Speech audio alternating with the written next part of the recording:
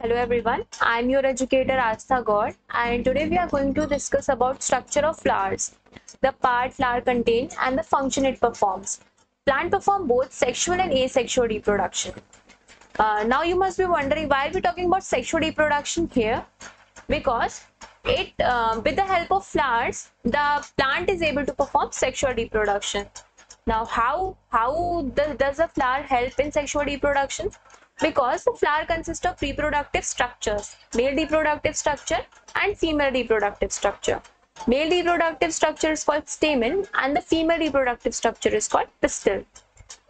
Now let's move to typical structure of a flower. This is a typical structure of a flower. It has four components: stamen, pistil, petal and the sepal. These four are also called four whorls of a flower. Sepal is also called calyx, petal is also called corolla, stamen is also called androecium, pistil is also called gynoecium. This part is sepal. It is green leaf-like structure present at the base of the flower.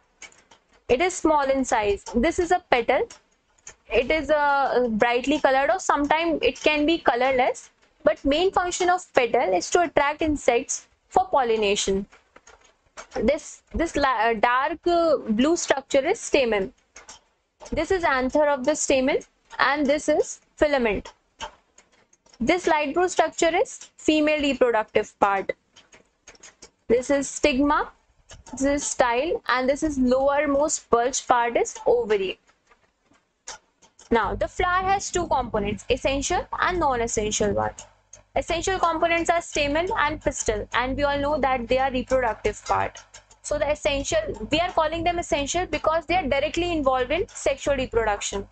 And non-essential, we are calling sepals and petals non-essential because they are not directly involved in reproduction by any means. They are involved but indirectly, not directly. Now let's move to stamen. It is a male reproductive part, as we all know. It is also called androecium. This is the typical structure of stamen. It has two parts, anther and a filament. Anther is this round part and filament is the cylindrical stalk-like part. Anther contains minute round bodies, powder-like. You must have observed in hibiscus a powder-like substance, that is pollen. So pollen grains are male gametes. This is a filament. Filament is a stalk-like structure that holds anther in a place.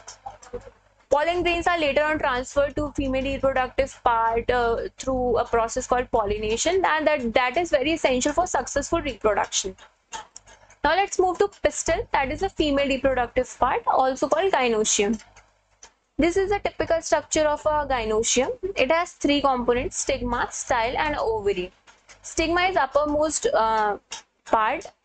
It basically provides a platform for pollen grains to stick. It is exposed in the air, pollen grains come and stick to it.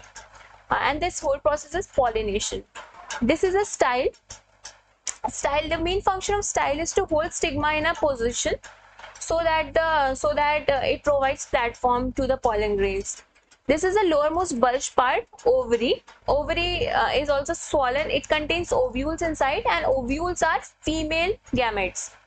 Later on, female gametes and male gametes fertilize and they produce embryo. Thank you.